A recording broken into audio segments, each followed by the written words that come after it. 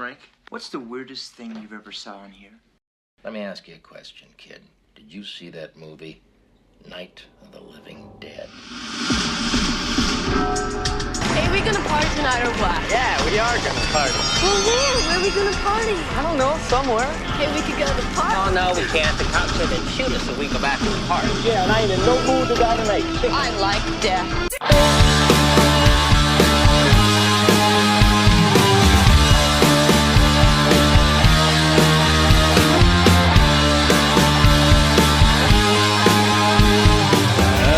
Greetings, and welcome to Minute 29 of Do You Want to Party, a Movies by Minute podcast for the 1985 groundbreaking horror classic, The Return of the Living Dead. I'm your host, Troy, and joining me for this episode is the returning movie connoisseur. I'm Candace Lepage. Welcome back, Candace. Thank you. Very excited to be here for this bizarre character introduction. Well, somewhat introduction. Yes. Yeah, Ernie's character is quite a colorful painting to be added to this menage of characters and all that. All right, so minute 29 starts with startling a man with a gun and ends with snapping of a joint. So Ernie is hunched over the drainage sink of the autopsy table. Still, the marching song of Panzer Rolling in African Yore is playing loudly on his headphones. He's now adjusting the dial on the suction machine that is helping him with the aspiration of the body on the table. Unbeknownst to him, Bert has entered through the big black door behind him. And after Bert cautiously closes the door, he reaches out to get Ernie's attention. He brushes Ernie's sleeve with his fingers, calmly calling out his name. Hey, Ernie. Springing into action, Ernie quickly cross-draws his pearl-handled Walter P-38. And a little beat. Totally reasonable. Oh, yeah, totally reasonable response in the mid-'80s. Exactly, yeah. You're working late in a mortuary and you don't lock your back door. First of all, you're working late at a mortuary and you don't lock your back door. You're pretty much, yeah. So little BTS, Ernie initially was supposed to carry a broom handle Hauser, but it was not ideal for drawing quickly from the holster. Don Calfa, who plays Ernie, and Dan O'Bannon, the director, decided that there was more ergonomically shaped weapon. Yeah, I mean, he does draw that thing real fast. He definitely looks like he's practiced at that, which is kind of cool. Which I wouldn't put it past Don Calfa to actually to have that skill in there. Yeah, somewhere. Well, and it's like cross body too. Mm-hmm. Like that is the other impressive thing. It's a full cross body. Yeah, I keep watching it, going, how, where, what is? I don't understand how you do that quickly. Especially from a hip holster too, because a shoulder holster is a little easier to cross body draw, which is obviously the better thing to cross body draw. But when you have it on your hip, you're obviously the quickest way to draw is from the side that the gun is on. Yeah, yes. That's why they call it. Yes, exactly. Shooting from the hip, exactly. Yeah. But to do a cross body, it's exactly. Back to the quick draw. Ernie seems frightened by the unknown intruder, and his arms snap straight, gun inches from Bert's chest.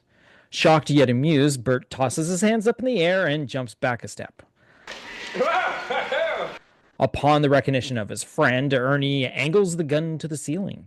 Bert calls out for Ernie to relax. Take it easy. Sorry, I didn't hear you. Woohoo! Breathing a sigh of relief, Ernie reholsters his weapon. While he mentions Bert's stealthiness, Bert contemplates Ernie on his quick reaction. Fast on the draw.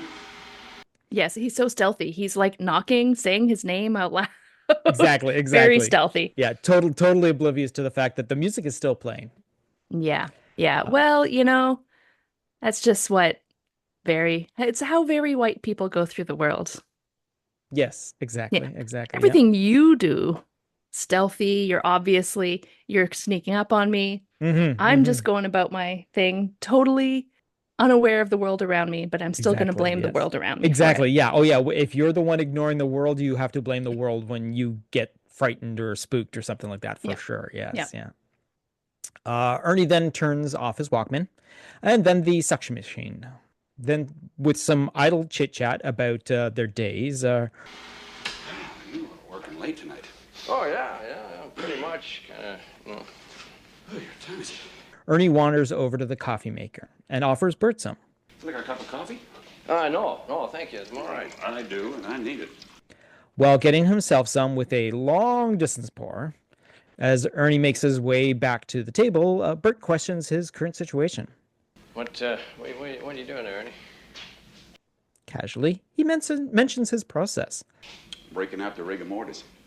And then the process of rigor mortis, which, to be honest, I've only just realized writing notes for this episode that it is 2 words. It's not a single word. It's not a hyphenated word, which is the way I've always written rigor mortis. I don't know why I didn't. Yeah, it's not rigor mortis. It's rigor mortis. Yeah, rigor mortis. Yes, Stiff exactly. Death. Of course, yes. When you break down what the actual word, I looked up the spelling because I'm like, wait, how does? Because I have to publish the words to go along with the episode. So I'm like, okay, let's make sure I spelt this right and all that thing. Rigor mortis is 2 words. Rigor mortis. Yes. I mean, I'm pretty sure I mostly hyphenated all the time, which makes sense that it would be a hyphenated word. It's 2 connecting words and all that sort of thing. But when it's broken down, yes, you understand that it's just, yes, stiff death is basically what it translates out to be. Yeah. Yeah. I call this particular speech exposition Ernie. Exactly. This is as my notes say, Chekhov's explanation. Yes. We don't know it's exposition for a long time, exactly. But it's another one of the Chekhov's situations that this movie sets up throughout. Again, like we've mentioned before, it's what this movie does really well. It doesn't. It's not in your face too. They just happen to do all the things with all the things that need to be done with further on in the movie, and it's just fun to see in movie callbacks that pay off. So yeah, and it is so bizarre. I mean, obviously you're going to explain what he says, but it's just like watching it the first time, you're like, what are we doing right now? Why are we going here? We then get Chekhov's exposition as Ernie explains the process of rigor mortis. See, rigor mortis starts in the brain, and it spreads down to the internal organs and finally settles in the muscles. Mention it eventually subsides, but you can work it out. Loosens up after a while, but you can break it out manually, as they say. And as if by example, lifts the cadaver's arm, which makes a visceral cracking sound. And that's where we come to the end of this particular minute. I will say that every time I watch this, I kind of go, is this just a bunch of bullshit that they made up for the movie? Because essentially he's talking about how, he is preparing a body after death, presumably for a funeral, even though he looks exceptionally bloody. So I don't really know what he's doing with the body, and the body doesn't really look like it's close to being presentable. But he says he has to break out the rigor mortis, and I was like, "What? Is this just BS? Like, what does this really happen?" It does not. What do you mean it does not? You mean the movie lied? No, I mean you certainly can. You can if you're a very questionable human. You can certainly, work out the rigor mortis, but there's no reason to. There's absolutely no reason to. Generally, the body just naturally releases it after 72 hours, and most funerals are about 3 days later. So usually, yeah. And there's just no reason to do this. But that, of course, brings us to his very Nazi-like demeanor.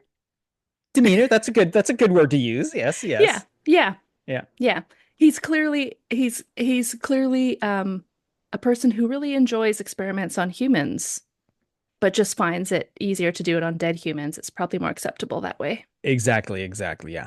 I would say that again, we are talking. It's 9:00 at night. He's working late on a Friday. He's obviously there because he still needs to be working through his work. So he's obviously has been wearing that apron for the whole entire day. So obviously a couple of bodies later and all that. But yes, no, he should not be, that apron should not be as bloody as it is unless he's hacking up bodies. Yeah. The only explanation is that now, or he's getting his hands in there and then wiping it across the center of his body. Exactly. I will point out later on in the episode a little bit of information about why there's a reason, but I like the fact that he's wearing like Rubbermaid yellow gloves. Yep. Well, very medically safe. Yes, exactly. I mean, obviously, you don't really need the only reason you're wearing those gloves is so that you don't get the blood on your actual hands. I mean, you don't get all the whatever all over yourself, right? So you don't need viscera. To use the viscera. Ooh. I remember learning that word when I was a young person, and I used it a lot for a while because it's a really great word. That is a word that if you're young enough and you know what it is, it's a fun word to use and you try and figure out how to use. Yeah, there's always words like that when you're growing up as a kid that is all like, ooh, that's a big word and all that sort of thing. So yes. But again, he's dealing with already dead people. You just don't want to get yourself messy. So I guess yellow Rubbermaid gloves are fine. They're not surgical gloves, which is more than likely what he'd be wearing now. But again, also budgetary things like back in the 80s. I mean, sure, you would be able to walk into whatever area and purchase a container of them. But you know what? The Rubbermaids are just as good. Yeah. I bet with actual surgical gloves, he'd probably have better grip on his gun, though. Yeah, exactly. Yeah. Well, yeah, because even though it has the trigger guard and all that sort of thing, getting a Rubbermaid fingered glove into that might prove to be a little bit difficult to get in there. It's a good thing he didn't have to actually fire the weapon. So yeah.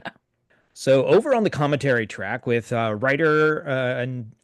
with director and writer Dan O'Bannon and production designer William Stout. William Stout points out the style of gun. And how every once in a while Don Calfa would break out into German. Dan O'Bannon continues on about how their version of this type of facility, how their embalming room turned out, considering they couldn't see very many at the time that they were like looking around trying to find different embalming rooms to design theirs after. He then goes on to mention that currently on cable TV, they're showing plenty of the rooms and how real embalming rooms look a lot dirtier than theirs. He points out, in comparison, that theirs is almost antiseptic to a hospital room, in comparison to a hospital room, and how the real ones are pretty grubby looking. William points out that it's his recollection of Dan Kalfa's German character. Dan points out how he wouldn't want to eat a sandwich in a real embalming room and how it would grow mold in 15 seconds. It's a very colorful man, that Dan O'Bannon. Yeah, I don't feel like growing mold is actually the worst thing that could happen in that sandwich, but exactly. Whatever. Yeah. But that's Dan O'Bannon for you. William then mentions how the tiled walls are just cut pieces of masonite. So it's kind of neat to get a little behind the scenes of like what went into the actual creating of this set build. Yes, which is, again, a fantastic thing, knowing that obviously pretty much every single thing in this movie is a built set, which is not a found. Obviously, they found the warehouse, but the actual thing is everything is sets, and it's just so beautifully done. So, according to the script, which is a story and screenplay by Dan O'Bannon, we're dealing with a revision from October 1983, and this is based on a story and screenplay by John Russo, Rudy Rickey, and Russell Steiner. So we're just going to start with the description. We got the interior, mortuary, embalming room, night. Okay, so this is where we're going to start where Bert has just peeked his head inside and all that sort of thing. The door opens behind Ernie, and Bert sticks his head in. Bert, Ernie? Ernie hears nothing. Bert comes into the room, walks up behind Ernie, and taps him on the shoulder. Ernie starts and spins around, pulling a Luger Bert jumps back. Bert, whoa, take it easy. Ernie lowers his gun and pulls off his headphones. Ernie, sorry, I didn't hear you. Puts the gun away. Working late night? Bert, yep, pretty much. Ernie looks at his watch. What time is it? You want some coffee? Bert, not really. Ernie, well, I'm going to have some. He goes over to the Mr. Coffee machine and pours himself a steaming cup. He carries it back over to the corpse and goes back to work. He takes the corpse's arm and starts bending it. It appears to be stiff. Bert, what are you doing? Ernie, breaking out the rigor mortis. Bert, oh yeah? Ernie, rigor mortis starts at the brain, and then it moves to the internal organs, and then finally settles in the muscles. See? Pinches corpse. It wears off after a while, but you can break it out manually by flexing the muscles. He continues breaking out the rigor mortis from the corpse while sipping his coffee. Well, pretty much covers it all. I do like the fact how the more and more I read this, the more and more branded Dan O'Bannon is making his script. Yeah, the Mr. Coffee machine. The Mr. Coffee machine. Is that your favorite coffee maker? Like, why not a Melita? Well, yeah, I guess they would have had a Melita back then too. Yeah, in the mid 80s. Of course they would have. Yeah. Could have been anything. Yeah. Could have just been the coffee machine. Yeah, exactly. And if you wanted it to for sure be a drip coffee machine, just say the drip coffee machine. True. But yeah, and the version that they end up using definitely looks more like industrial use sort of thing, which is not like the kitchen at home on your counter sort of version that it seems to be mentioning in the actual script. So. Yeah, and then of course he calls out what type of guitar or gun to use, but it's not the one they used in the movie. No. And again, I mean, if the idea of having this character that has questionable German background, you obviously want to go with the most obvious weapon and all that sort of thing. Yeah. But again. So on the questionable German background. Yes. So first of all, I've always found it funny that we have Bert and Ernie in this movie. I mean, obviously a call out. But I think it's interesting to me that the Ernie character is the Nazi. Let's just call him a Nazi, the white supremacist. He's referred to as a Nazi in the previous minute, so yes. And the Bert character is, maybe not, maybe he is, maybe not, whatever. But it's just like thinking about actual Bert and Ernie from Sesame Street. I'm like, I don't want to imply that Bert could ever actually, like Sesame Street Bert could be a white supremacist, but I can assure you that Ernie, Sesame Street Ernie, is not a white supremacist. So it's funny that we've done this sort of character shift. But also it's because Ernie's name is a real Nazi. Yes, it is. Yes. Which probably you talked about last week, but I haven't listened to it yet because we're recording ahead. But like the whole name is like a real Nazi, not only a real Nazi, but like the highest ranking Nazi like a known Nazi. Yeah, yes, exactly. Yeah, who was found guilty at the Nuremberg trials and put to death. Yeah. We just put his name in there. Exactly. Yeah. It is the most like 80s, 90s dude thing to just know all of these random Nazis and sprinkle it in. World War II history is a very big thing with men of a certain age. Oh, for sure, which, for sure. Yeah. Of course, Dan O'Bannon was. Now, 1985, I don't think a young audience would have caught on to a lot of the references for Ernest's character. It's very interesting to first of all come up with a concept where you're appealing to a younger audience. You're going to get teenage, well, again it comes back to you with mentioning the whole entire like friggin' the guys in the audience and all that sort of thing, watching the movie and all that. So I'm pretty sure that the audience at the time, like, and we're talking the kids that would have went to see this movie when it first came out, had no idea about the whole entire German background of the Ernie character.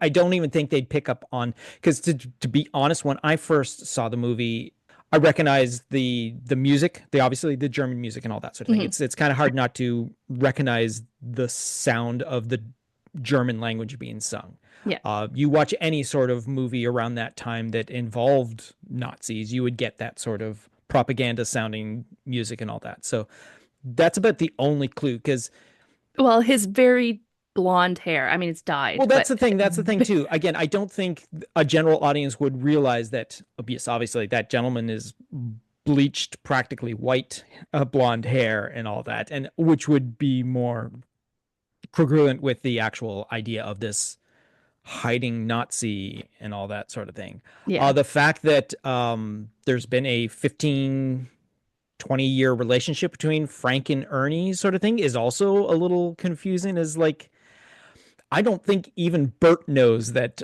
Ernie is A again Nazi. a Nazi. Yeah, Yeah. exactly. Yeah. Exactly. He's straight up a Nazi. Yeah. It is interesting though, because in 1985, I would say in general, younger people were learning more about World War II and the Holocaust Mm-hmm. at that time. Mm-hmm. So I think people would have clocked those things a little bit. Not maybe on second viewing or something Yeah, no, when no, they're not definitely, paying as much definitely. Yeah, attention yeah. to all these other things. Mm-hmm. Because I think, yeah, it's funny because I read a Reddit thread where it's like, oh, there's this like subtle thing where, Ernie's a Nazi and people are like, are you sure it's subtle? Because it Yeah, seems yeah. pretty over the top. He's got a picture of Ava Braun sit in his like in that room. It's right on the pin board and all that sort of thing in the Yeah. background, and the Nazi propaganda poker advertisement. It looks like of just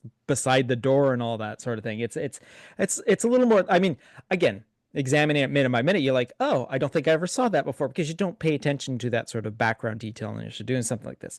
And again, at the time, a second viewing when this movie comes out, I mean, chances are you're not going to pay to see a movie a second time unless it's like a Mhm. like a freaking mind you, me and my brother saw the original Star Wars in the theaters at least 35 to 50 times Yeah. within the I mean, mind you, it was playing for a year and a half before they finally pulled it out of the theater, so there was plenty of chances to see it over and over again. But a teenage or slightly older audience seeing this movie for the first time probably aren't returning the next week to watch the movie again and again. Well, but with video Oh rentals, no, I understand. I understand like with video rentals. Yes. Yeah. once video rentals came out, I assume everybody's just like me, and basically we would rent like half a dozen movies every weekend, and there would certainly be times that we'd be renting the same movie over and Over over and over again. again. Yep. Yep. So, and then also, recording them on our VCR when they played on the Yes, Super Channel. exactly. Yep. Good old Super Channel. First choice Super Channel. Yes. Yep. Now also you got to take in consideration a lot of videotapes back then were not widescreen.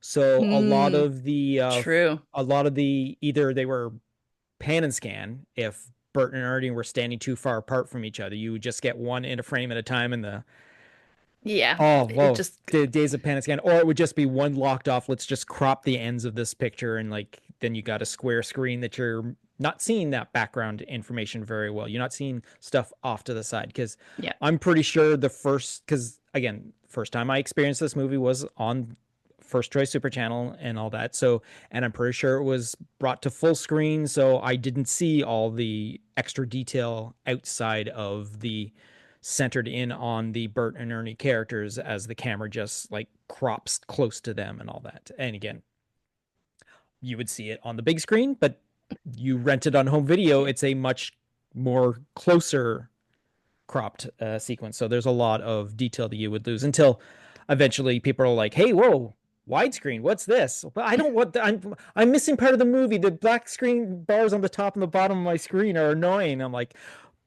Yeah. once the brain realizes, oh, I'm seeing more of the movie, it's like, but and yeah. Yeah, my parents didn't get it. I was always Yeah. like, buy me the letterboxed version. You're Yeah. getting me a gift of a movie. I want the letterboxed Yeah, I version. want the widescreen. I want it took a while to turn my parents as well because I think it was Star Wars was the first one that I was able to physically show them the difference because we had it obviously we had the full screen version, which was available first and all that. And when I got my hands on a widescreen, I showed them like, oh, look at what we've been missing all these times watching it. Of course, they didn't care because they were so over watching Star Wars. And I was like, but here's the example. And then show them the sequence and they're like, oh, Oh yeah, I remember seeing that stuff. Yeah, well, yeah, you're seeing the movies at least 20 times with me and my brother when we were kids. But yeah, so it's an interesting process. So again, details like this until you get this, because this movie, while it was very successful, there had to, like on home video, there was a fan driven campaign to actually make a DVD of this. Like it did not have any scheduled DVD release and all that sort of thing. So a fan brought up the suggestion, and Dan O'Bannon backed the fans' idea. Then they culminated some extra stuff and all that, and they brought it to the company, and then finally it got produced. And that was the first time that this movie got to be seen in its full widescreen edition, was once the DVD in like the early 90s was finally released and all that. So up until that time, you're not going to see the Ava Braun picture on Ernie's pinboard in the mortuary, because it was just cropped out of your shot. So yeah. All right, so let's go to the work print comparison. Now, as this is a continuous shot that started in minute 27:38, and it actually continues into 29:22, which is one of my favorite things. Continuous shots are my favorite things, to see the actors just delivering the lines straight through from beginning to end is always fantastic. This sequence is right in the very middle. Again, there's no music from the Walkman, and the seemingly working pump is making more sound than in the final version. But it is a perfect 1 minute mirror from this version to the final version. So there's no extra sequences again. Like it's one full shot, and it's really neat to see that it is done like that. Because I waited till the end of this to tell you, in the previous minute, because you mentioned you hadn't heard it, we actually, in the work print, it shows a little bit more of Ernie doing his autopsy sequence and all that. So he, in the final print where they do a close-up of him as he pulls the scalpel across the bottom of the frame, you just hear the blade cutting through the flesh, but you don't see it. In the work print, it's the full back shot of him. So this actual continuous shot is actually even longer in the work print. So you see him cut over, and he puts his fingers into the hole, the opening that he has made. Then he takes the giant prod and then sticks it into it and all that sort of thing. Like he sets up a clamp to hold it open. So you got his fingers. And then once he's done all that, he takes his hands and rubs it on his chest. Yeah. So I was right. That's what I said. Exactly, he's got to get his fingers in there, obviously, to make his apron that dirty. As a person who was a butcher for many years, I know how to get an apron dirty like that. Yeah, exactly. And that's the only way you can get an apron like that, is getting your hands actually into it. And of course, I wanted to wait until the end to point out that in the previous minute, because again, you're not going to listen to it until it actually gets released later on, because like you mentioned, we are recording a little bit ahead of the because it's the holidays, mofos. It's the holidays right now. Exactly. Yeah. This is pretty much the last I'm probably going to be recording until at least the second week of January of 2025. But again, if you're listening to this any other time than when we don't release it directly, it'll be whatever day you listen to this and all that.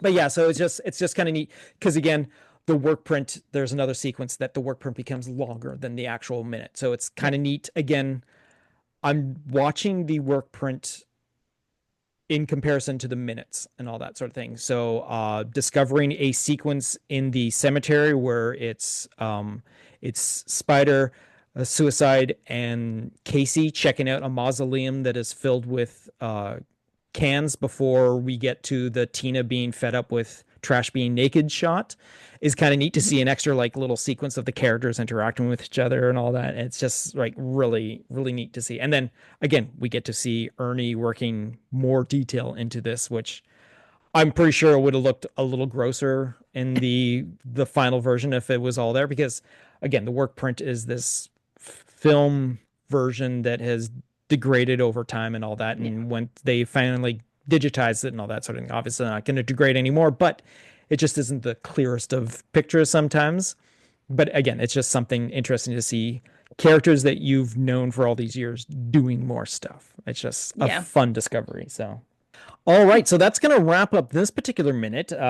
Candace, do you have anything you want to say about anything else about this particular minute that you want to get out there, or anything you want to promote of your own stuff, being the new year that it is? Yeah, no, just, follow me on all the things at Sin48, because I think I've recorded like 3 podcast episodes in the last like couple of days, because we're doing all of our batch recording. So lots of year-end stuff. Top 5 of the year. We did a Christmas movie draft last week. There's lots to hear if you care about my opinion on things other than Return of the Living Dead. Yes, definitely follow Kent. She's a great follow, especially on Letterboxd, where you get to see all of her listings of horror movies and her Christmas listings. I can't guarantee I won't still be watching Christmas movies even when this goes live, which will be after Christmas, but there's always lots to catch up on. When Hallmark puts out like 47 movies in a year for it's ridiculous. Christmas, it's ridiculous. And now that there are so many other people doing it, like even Netflix now has their own brand of Hallmark Christmas movies and all that sort of thing. It's ridiculous. Just flipping through the channel this time of the year on like regular cable, you get to see all the different things that are advertised and all that. Yeah, and you got Up TV, you've got Lifetime, you've got the Great American Channel, which is terrible. That's where the original guy, CEO of Hallmark, was basically pushed out when he went crazy about, no women kissing on our station. So he was pushed out, and then he started his own channel. So if you want the like family values, you go to Great American Family. Okay. There's the Hallmark, there's the Netflixes. Amazon, actually, I don't think Amazon has put any out this year, but last year and the year before they put a few out. So it is a pretty big industry that's sort of made for TV. Yeah, Christmas exactly, movies. Exactly. Made for, well, I guess now made for streaming sort of thing. Yeah. And all that. Yeah. It's ridiculous. I mean, it's hilarious and good for everyone making the money on what they're doing. It's just from a novice point of view, it's just again, it's like the opposite. Like at Christmas time, you got your Christmas movies. At Halloween, you got your Halloween movies, and it's pretty much the same thing. It's the same. They have like, some people call them tropes and other people call them like, the system. Like you've got exactly. This is how you tell the story. Yeah, exactly. And that's why they become successful. They're such a easy watch too. Obviously, if you don't have certain things available to you, like either a budget or a cast that can act, I can't good dialogue. I mean, good a story dialogue. Can be. If the writing is not with you, of course you're going to. And then again, the same for both your scary movies and your Christmas movies. The exact same thing. Like you said, the tropes. If you have the set system the way it is and it's successful, yes. But again, things work against you. My favorite is watching those actors sweat out the middle of July weather in the heavy with their winter coats and scarves. Exactly. Nothing's ever closed. Like the scarf's not actually around their neck. Nope, it's just placed. Their jackets are completely open and all that sort of thing. Yeah. Their skin seems to be a little shiny. Glistening. Yeah. My mom is a fan of these movies, so I've seen a couple of them and all that sort of thing. And of course, you run into one like, oh, look, there's that little patch of snow that they have in this shot. Yeah. The sunshine, the quality of the light. Oh, geez. It's just like, whoa, that's some July sunshine you got going on. There's no gray overtone in this shot at all. Yeah. But again, good on you for making profit from this, because it is a very profitable situation, and and Canada makes a ton of money from it because for sure so many of them are filmed here in Canada.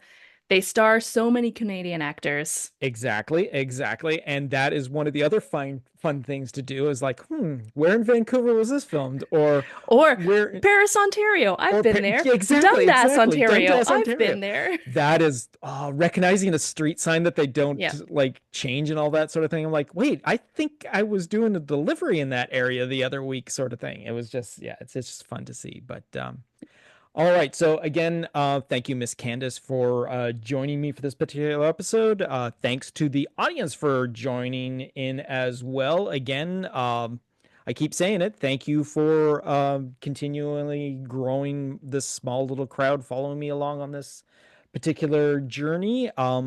Please, like the previously mentioned in a earlier episode, if you want to leave a comment about your first experiences with this particular movie, please leave them in the comments of whatever episode you are currently listening to. Obviously, with this message, it would be in this particular episode, but like I said, whenever you get around to do it, that'd be great. I'd love to interact with you guys and all like that. If you have anything else to say about this particular minute or any upcoming minute or any minute in particular for this minute, send us an email to the Gmail of planetgeekpod@gmail.com, and we'll either carry the conversation on there or maybe roll it into a future episode. So again, once again, thank you, Miss Candace. Thank you, audience. And until next time, see you next Wednesday. You've just been listening to a Planet Geek production of Do You Want a Party? A Movies by Minute podcast of the 1985 The Return of the Living Dead. Please be sure to subscribe, download, comment, share, rate, and review. Be sure to follow us on our social media platforms: Facebook, YouTube, TikTok, Tumblr, or Letterboxd. Search for Planet Geek Productions.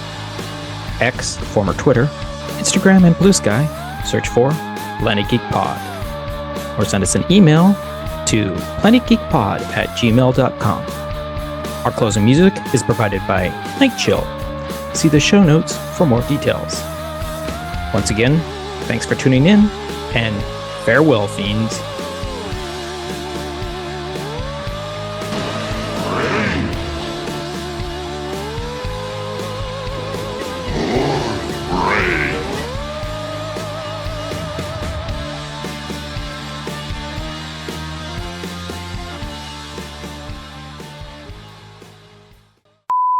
How you doing? I'm all right. Yeah, for a beginning start to the day sort of thing. Yeah. I was at a Hanukkah party last night. I was like, okay, I gotta go home, man. I gotta sleep. All right. Okay, so this is minute 29, so it's obviously not the January 1st episode, it's the week after. However, the January 1st episode didn't get recorded last night. So I got Dan to record it with me, but he disappeared yesterday. So hopefully sometime either tonight or tomorrow I'll be able to get him to do that. If not, I guess I'm going to have to do a solo episode and all that. I didn't want to switch it up to you and give you the Christmas episode because you obviously watched minute 29 sort of thing. But yeah, we'll just go as it is, and I'll make my whole entire fake, like I said in the previous episode. Yeah. Sort of thing.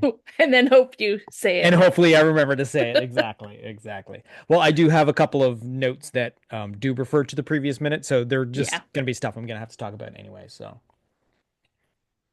All right, so let's go with breaking out the Rigor Mortis episode. All right.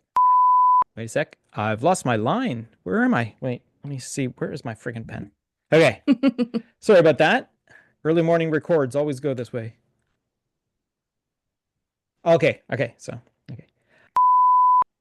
Ta-da! And look at that, with a minute and 30 seconds left on the clock. I was watching it going, oh man.